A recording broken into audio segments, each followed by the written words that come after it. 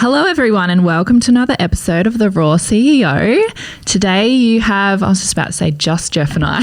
Just Jeff. Gee, that's not very nice. That's not very nice. You have Jeff and I. And today we are going to be talking about a bit of a storytelling today about where the hell is our Noway Bar. Potty mouth, Elsa. You potty mouth. Mum, I apologise for Elsa if you're listening to this. No, you're right. Where the heck is the bar? Yeah, right? So where the heckin' as our little dash hound, a little miniature dash hound says. That's what Tony says anyway. She puts words in his mouth. Look, I think in terms of the Raw CEO, podcast, I really wanted to be something where we were talking to, other CEOs or behind the scenes and really getting people to sort of see, and understand the DNA of the company and sort of talking to other companies as well to really get behind all the guff, all the bright lights, because, from the outside, it's like anything. And I think it was Robert Redford that said this. He said, becoming an overnight success is years of work, right? And it's the same thing with anything when you're really trying to do something different, when you're really trying to challenge the status quo. And look, at the heart of ATP Science, we've always been about providing our customers with value and doing things that are unique. There's no point in us going out there and just creating another date bar. Or going out there and just making another whey protein powder. For sure, because there's people doing it so well already. Why would we interrupt that space with something that's going to be completely the same? No, and look, and sometimes, and it's funny because I've been talking to, some of our customers and some of our retailers recently, and look, sometimes we get it wrong. Sometimes we're too far ahead of the market and they don't get where we're going. And look, sometimes their execution hasn't been fantastic, and we'll get into that in the bar as well too with the marshmallow bar, because we're constantly, where's the marshmallow bar? Right? I think just all of the Noway Bar in general, I think we would get across all of our customer service and socials or any marketing platform as well, at least one question a day of where is the Noway Bar? When is it coming back? I know. So yeah, this is what this episode's all about. So. All right, so we'll get into it. So I think, oh my goodness. I mean, and again, they're playing around with ideas, and from the initial concept of what we wanted to create to actually coming up with a finished product, and what we want it to really look like takes a long time. And a lot of the time, and it's funny because I was reading about the story of the guys that made the Quest bars, the Quest nutrition bars. And a lot of what's in their story parallels where we've been as well too. They went out there, they had an idea of what they wanted to create. It was something unique and something different. They went out to contract manufacturers and it wouldn't work. So then they decided to bring it in-house, and they had to get specialized equipment, and that equipment actually couldn't handle the load because it actually broke the machinery. So, they started off in their kitchen, and then as they tried to scale up, they ran into all sorts of problems. Their time frame seems to have been better than ours. But having said that, this is when you're trying to create something new, when you're trying to do something. I mean, the way I liken it to, and maybe this is a little extreme, but the Wright brothers, and there was actually another group as well too. Actually, Simon Sinek talks about it in his book, and one had all the funding, had all the smart people and all the rest of it, and then you had the Wright brothers that were basically doing it on a dime.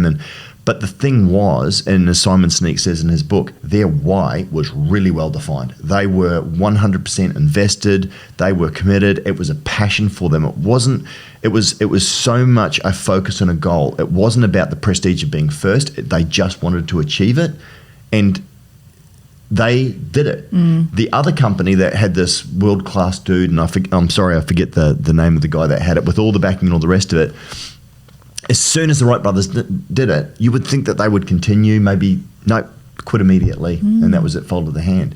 And this is this thing as well too, when you're trying to do something really, really different, you've got to really, stay to it and believe in it, and even if you have setbacks and all the rest of it, as I say to my son, and as I say to, I'm sure people do when life gives you lemons, make lemonade out of it. Well, you learn a lot from your mistakes as well too. I mean, Thomas Edison, how many times was the light bulb? Was it 10,000 times? He said, I found 9,999 ways that it didn't work, right? So, it's the same sort of thing. So, yeah.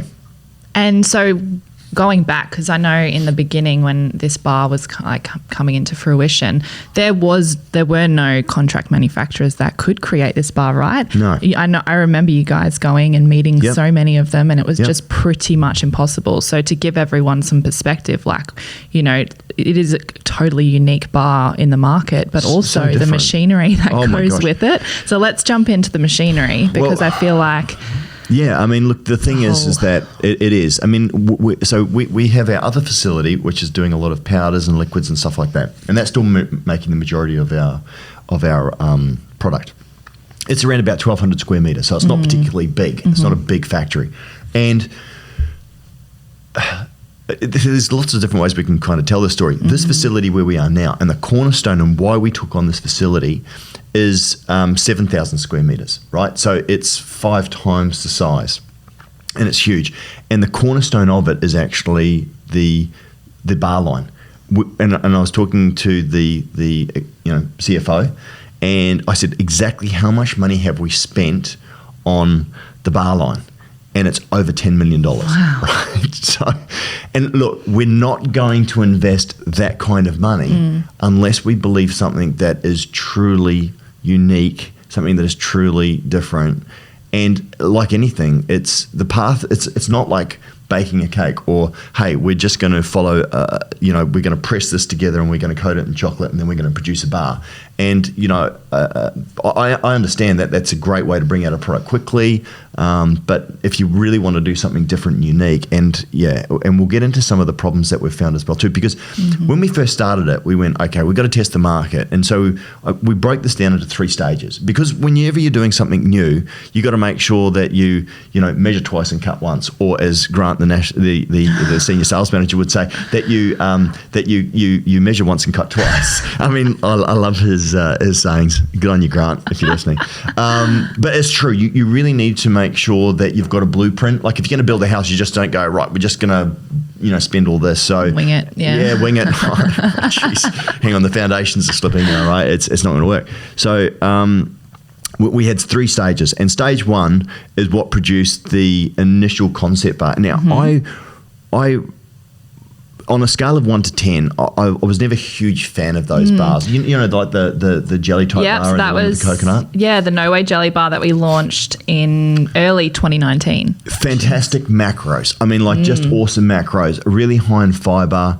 And again, the goal, coming back to the initial premise, for those people who don't know the bar or haven't tasted them, I mean, our American friends and all the rest of it, the whole premise of this bar is that we wanted to create a collagen-based bar that was all natural, had no artificial flavors, colors, or preservatives, high in protein, obviously, with low sugars and low fat. And high in fiber, dietarily, yeah. High in fiber. Yeah. So, as far as trends are concerned, we were positioned in front of 10 of 11 trends. The only trend that we weren't positioned in front of was vegan. But we've got one of those coming as well too. So, we're actually going to be able to tick all of those boxes. So anyway, we brought that bar to market, and it was actually quite successful. Quite for people, I think, who really were chasing a product that didn't have huge amounts of sugar, alcohol, that wasn't ripping their guts apart, that was gut friendly. It ticked all those boxes. Macro friendly too. There was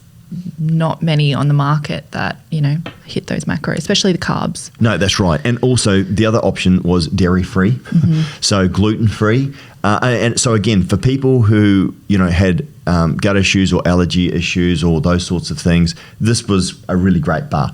And look, to be honest, I probably would have given the bar a 6 out of 10 on taste. I mean, I rate everything against confectionery, right? Like if you're going to do something, you want to taste and texture, right? Because I feel like the texture wasn't quite right. No. I'm assuming a lot of consumers would have thought it was great. Yeah. But for us, the texture wasn't quite there. But we knew that we could work and improve on that. Yeah. Yeah, and look, we did that to sort of test the market, gauge the market, get some feedback, understand, real-time stability as well too. So you have to take into consideration what's the micro look like, in terms of what's growing, cultures and that sort of stuff. Is the bar stable? Is it going to stay soft? Is it going to go hard? All those sorts of things, right? Because there's a natural Maillard reaction, which is where things turn brown, specifically with that, and some of that did start to happen as well too. So there was so much that we were learning as we were, sort of going through this, and that was phase one. Phase two was then looking at different compounds to bring out, and this is where the marshmallow bar came. And that was late 2019 that we released that one. Yeah, and look, oh my gosh, what can I say about the marshmallow bar? Well, we all miss it. That's what we could say. Well, I mean, the big thing is that the marshmallow bar was, fluffy, and it had chocolate chunks in the middle of it because we didn't have an enrober. But the problem with that bar is great tasting, so fresh. And when we had, I'm like, oh my gosh, this bar is just next level. Yeah. The problem is that we did get the Maillard reaction, and we also got oxidization of that bar quite quickly as well too. The chemistry around these things is ridiculous. In fact, we've got an engineer. We've actually got several engineers here, and it's funny because we're up in the boardroom and we were talking about the cooling tunnel. We were talking about the time that it needs to be chilled. We were talking about oxygen. And Anu's coming up with, and that's our lead engineer. He was coming up with like. Yeah, I forget exactly what he was saying, but it was like sin and cos and pi and like, no, I'm serious. And it's like, I felt like I'm like, what the hell are you talking about? But it was like E equals M3 squared of, and Shane, who's actually sort of our lead food R&D, technologist, R&D, working with flavors. She's amazing. Oh my gosh, she's brilliant. So smart. Like we've got such a smart team. I just love those guys. She's like, oh, of course, yes. And I'm just like, yes. Yes, carry on. But it's amazing, right? Because there's so many things. Excuse me. There's so many things that can go wrong. So that was stage two. Yeah, we stuffed it, and look, we probably didn't have the capabilities, and we were using an oil which we thought would stop the oxidation. It actually was a pro-oxidant, and it completely stuffed them. And we're just like, crap. And I still remember. And what's really funny, people were still trying to find them, right? And I remember getting, I think, our second or third feedback, and I'm just like, pull them. I said, pull them from the market. And I reckon we've only just dumped all of the packaging. I reckon that probably cost us maybe $150,000 in raw materials and packaging. That was really hard. And not only that, the damage to our brand as well too. But we thought 2020 is going to be a great year. Bring on 2020. It's going to be plain sailing, no. But yeah. So the Mellow Bars then started to phase out pretty quickly. They didn't last all too long, were they? They were on the market for not even 6 months, I don't think. No, I don't think so. You know what? And we always talk about ATP time because it just turns into some kind of weird warp. But Sam, who works for us on the front desk, is an intern. His mum still had a box of the mint bars. I kid you not. I think they're past expiry, and she was still eating them. Oh no, Auntie Alberta. So love Auntie Alberta. Shout out to you.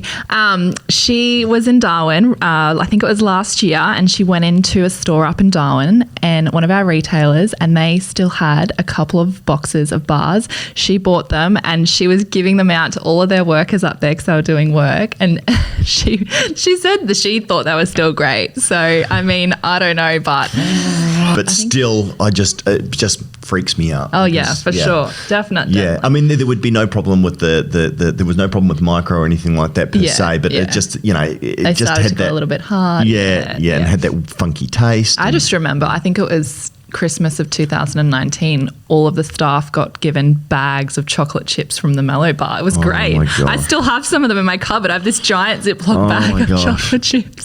Seriously, the amount of money, and that's the problem as well too, the amount of time and money that you just lose. But again, if you want to create something and you want to do something different, sometimes that's the price you pay. So, definitely. All right, so let's fast forward a little bit. Early or mid 2020, we kind of rejigged the Noway jelly bar, if you remember. We made them softer. It was like a new and improved texture. Yep. So that came back, I think we've got here April of 2020. Yeah. And then we started to phase those out by the end of 2020. The reason why we started to phase them out is because, as I said, I'd sort of, and those bars were probably more like about a 6. I think they're a little bit softer. There was no what they call cross-linking, which is just a reaction when you're cooking the bar. And again, so this is where you've got to be precise on your heat, the time that you cook them. I mean, like seriously, it is high science, making it harder than any other product that we make by far. Definitely. But the problem is if you don't get it exactly right, there's a process called cross-linking, which makes them really, really hard and really hard to get through. Yeah. And so what we were thinking is, and this is the thing, right? So we spent $10 million. I mean, the amount of tradies that's been here. I mean, we've purpose-built this facility. There's new walls. We've got HVAC in here. And in fact, we've actually done a little showcase for you to sort of showcase the bar, which you can see on social media. Elsa. We're going to be putting that up. Yep. So have a look on social media. I'm going to be putting it up on my LinkedIn page as well too, just to give sort of like a 1 to 2 minute sort of overshot of what it is that we've created.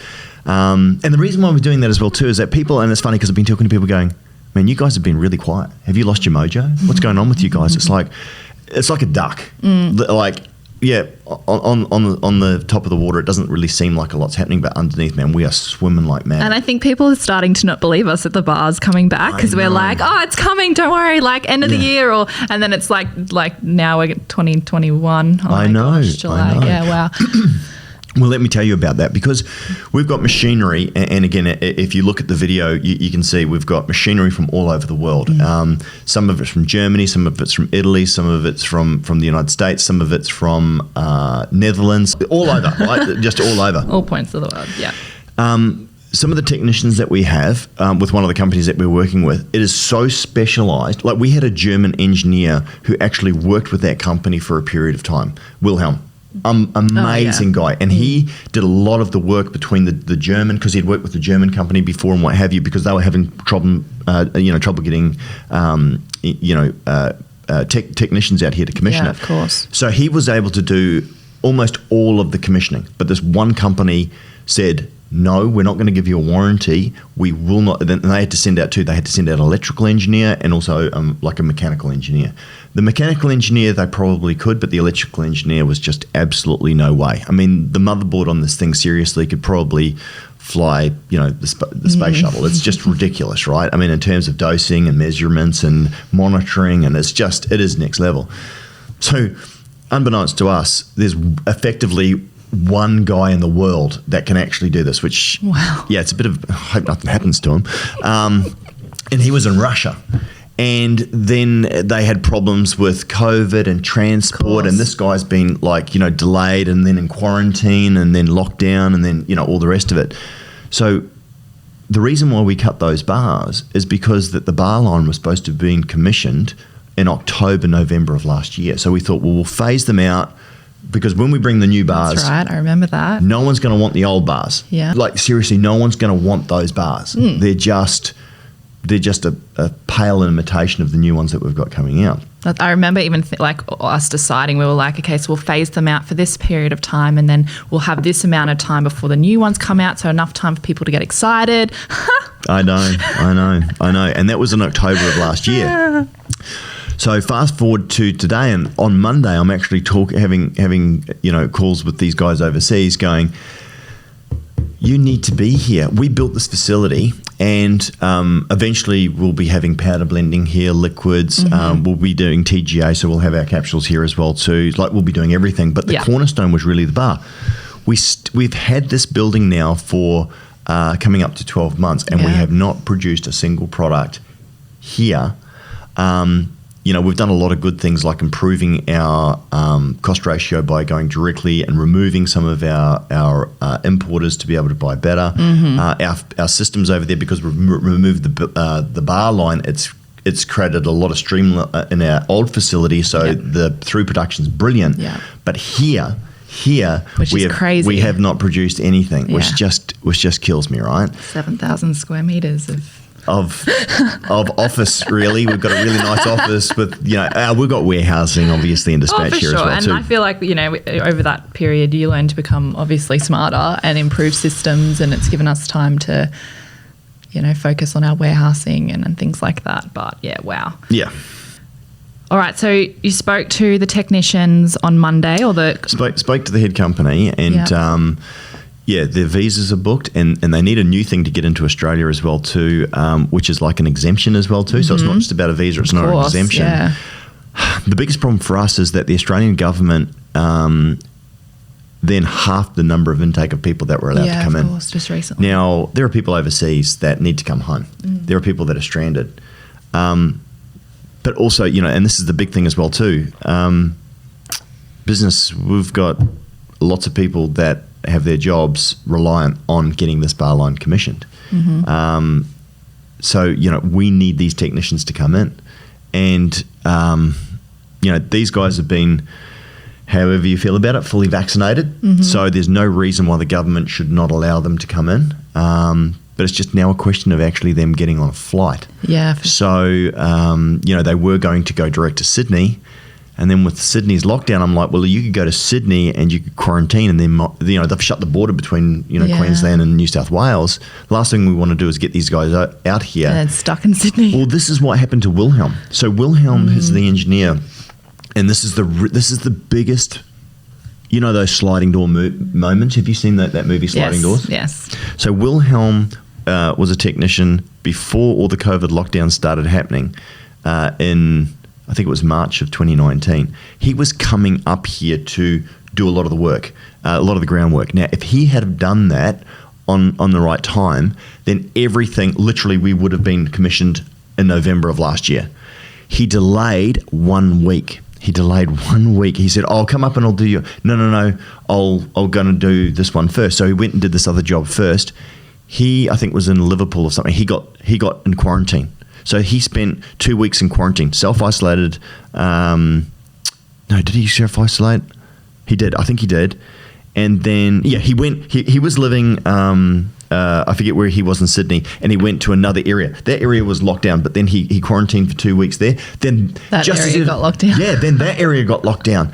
And then he had another job, and then, then it was like the whole lockdown thing. And, it just happened to be literally that 1 week cost us probably about 4 months, just that 1 week, right? So it's just amazing how bad fortune can happen. But no, look, those technicians are due to be here, at the end of August, beginning of September. They program the machinery. It takes them a month. It takes a month. Okay, it takes a month of programming, running through trials. The machinery, and as you can see in the video, it is next level. I mean, it's huge. So that's kind of the next phase for us. Just God willing, we don't have another delay, because I'm telling you what, it's just doing my head in. And that's what's obviously stopping the bar from being launched. Definitely.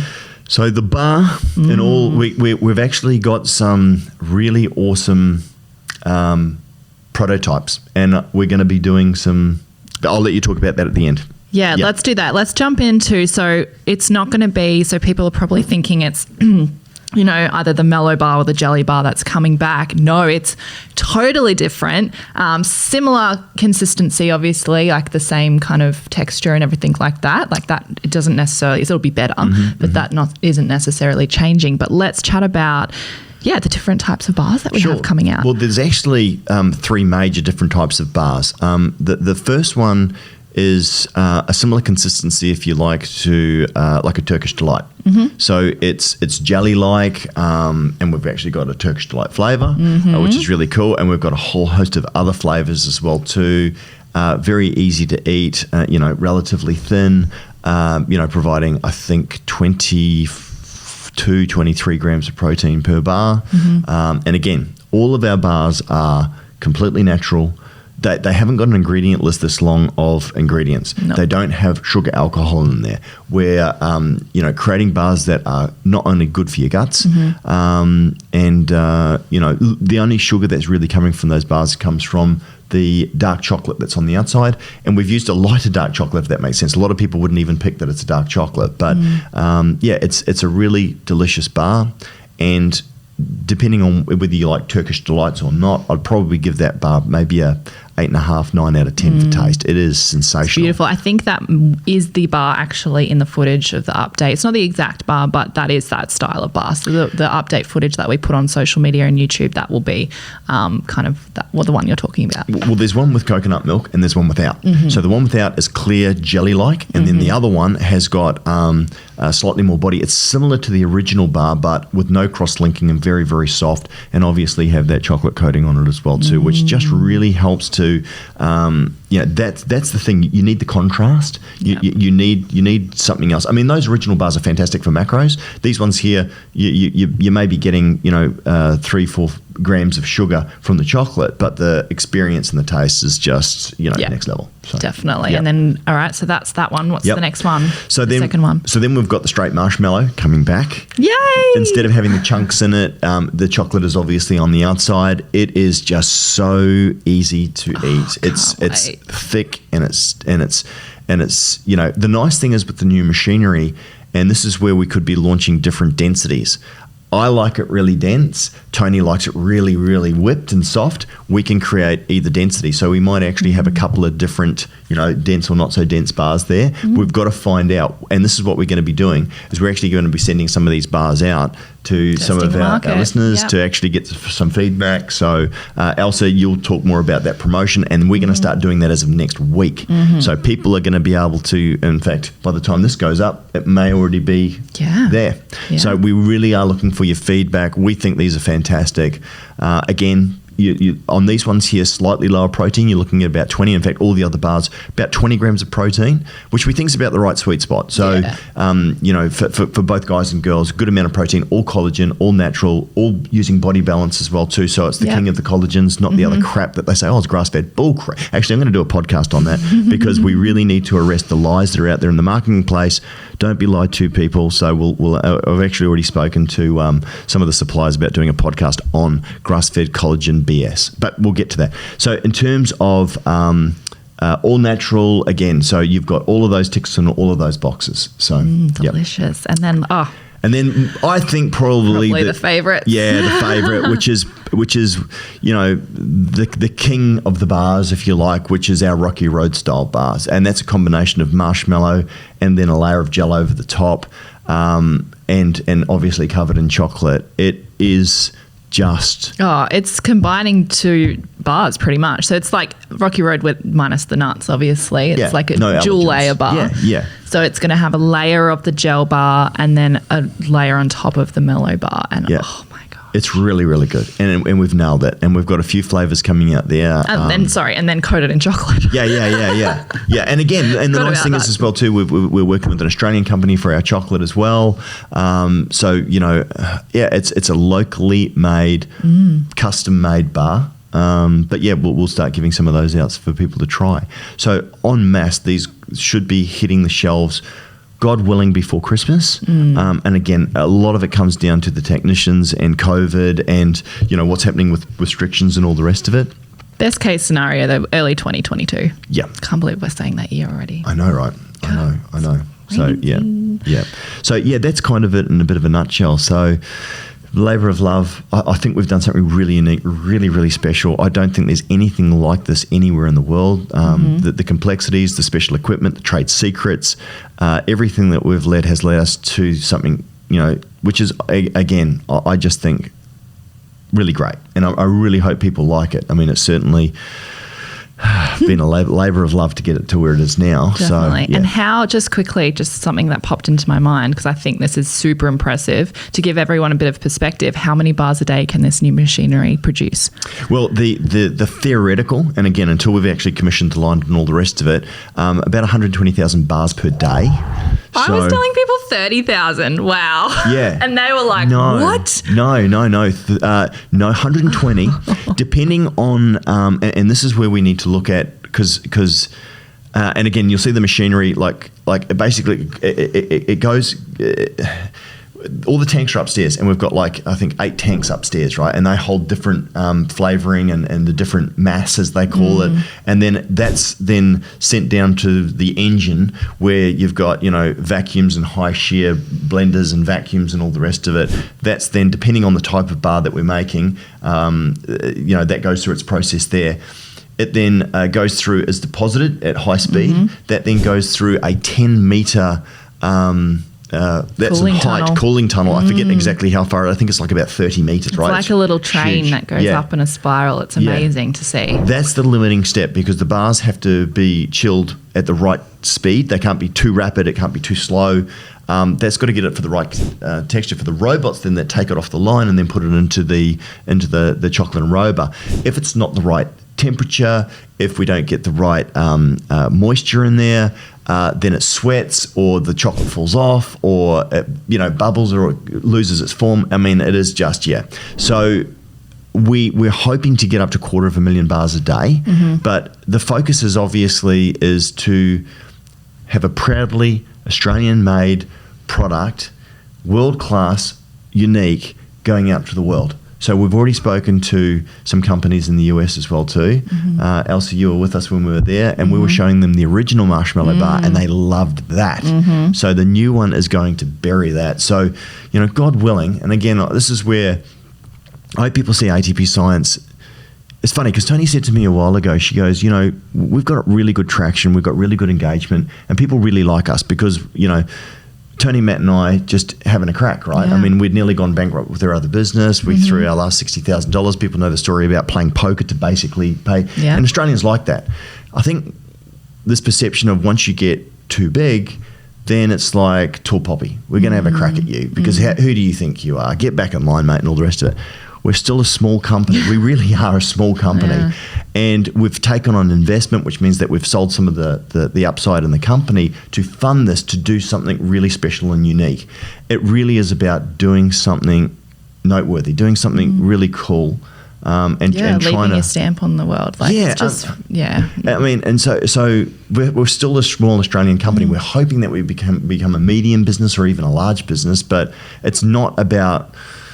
it's just about doing something you're passionate about. Yeah. So, God willing, we can get that. And God willing, we can get past the last 2 years where we've just literally had the living snot kicked out of us, and actually, get back our mojo and get back to doing what we're really great at, which is creating really cool, innovative stuff with real high science. Yeah. That's going to be pretty epic. Yeah, I hope so. All right. So the exciting part, I suppose, at the end of this, we have free samples. Yay. So what we thought, we threw around a few ideas around who's going to get these samples, but we thought, why don't we start with our podcast listeners first? You guys have been supporting us for so long, so we're going to give you the opportunity to try this bar sample first. Cool. And this is the Jewel Layer Bar, isn't it? Yeah, I think we've got two. So we've got the Jewel Layer Bar, and then we've got the Marshmallow Bar. The Marshmallow Bar, it is kind of like a it's a pineapple flavour. We're going to call it pineapple chumps. It kind of like tastes like a pineapple lump a little bit. So those are the two different. It depends. The Jewel Layer, which I love, is my absolutely favourite bar, is a little bit heavier. It's like a meal. Whereas the marshmallow one is really light and fluffy. So depending on your preference, but I think we're going to do, I don't know how you're going to do it, one week, one the next week, or you're going to give them a choice, or how you're going to do it? I don't know. We're just going to wing it. We're going to give it a crack. Yeah, we're just going to give it a crack. You might just get a surprise. You might just ask for a bar and I really want this one, but you get that one and then we'll give you another one next time. Yeah, exactly. So we do only have a limited amount of bars, so you're going to have to get in quick, everybody. Yeah. But if you are interested in trying one of the new bars... Hey, can I say something? Really? Yeah, sure. If we were commercializing these bars, like you're probably paying around about $15 a bar, like because these are literally handcrafted, the bench most top, expensive bars. Because they're not. The economy of scale comes into, and the reason why we want to go big is that's what keeps the price point where we can deliver these bars at an RRP of $4.95, which is in Australian dollars. I think in the US they'll be about $3.95 per bar, right? And that's kind of the price point that the market. Now we could go with $5.95 here in Australia and maybe $4.50 or $5 in the US, which we probably should, given the complexities and the naturalness and all the rest of it, and I think we'd still find a home. But we're trying, and like with all of our pricing strategies at the moment, we want as many people to engage with ATP Science as possible, which is where we are really trying to make the price points affordable for as many people, especially given where we are right now. But yeah, if you were going to buy these bars, you'd probably be buying them for literally, it would be over $10 because they're made by hand. It's benchtop trials. But yeah. Yeah, so if you want a $15 bar, please just send us an email. So either put a ticket through the website or email us at info@atpscience.com. And yeah, we'll see how many responses we get and then what we can do. We'll probably send a little feedback form with the bar because we obviously want to know what you think on it. Elsa, is there any way, and I'm just thinking of our international listeners here, is it only for Australia at this point? I feel like we could probably try send some overseas, no guarantees. But it's, there'll be samples, so they'll be literally, Okay. We'll wrap them up and we'll do an absolute best. But all right. Well, cool. Yeah. So if you're interested, give us an email. Shoot us an email. Obviously, limited amount of bars, so getting quick, and then whatever's left over from there, we'll probably do something on socials or on the website. But giving our podcast listeners a bit of love. So enjoy, everybody. That probably wraps up the discussion on the bars. Is there anything else? We're going to try and do a little update on socials and YouTube probably every couple of months just to keep you guys updated on where they are, help everybody get excited. I mean, again, the bar is really sort of being such a huge undertaking. But the other thing as well too, and again, talking to a few retailers and a few of our customers as well, they're saying, what's next for ATP?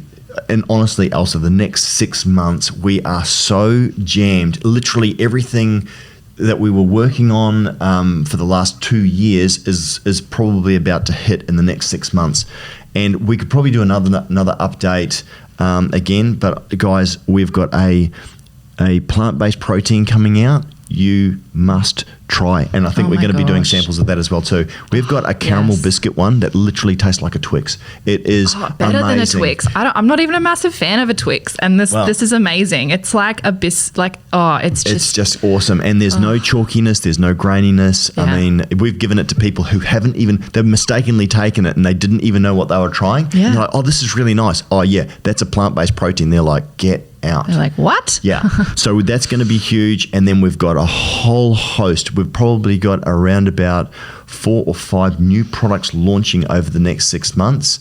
So, and they're cool. They're really different. I mean, we've got this new compound and a pre-workout that no one's used before. And the pre-workout is probably a little on the hardcore side for us. But it's got a compound in there that is like redonkulously expensive, but it just works on dopamine and makes you feel so good. So we've got some really cool stuff coming, but we'll get into that in another podcast because that's probably another 30-minute podcast just on its own. I was just about to say too, we've got the vegan aminos coming back too under a new name.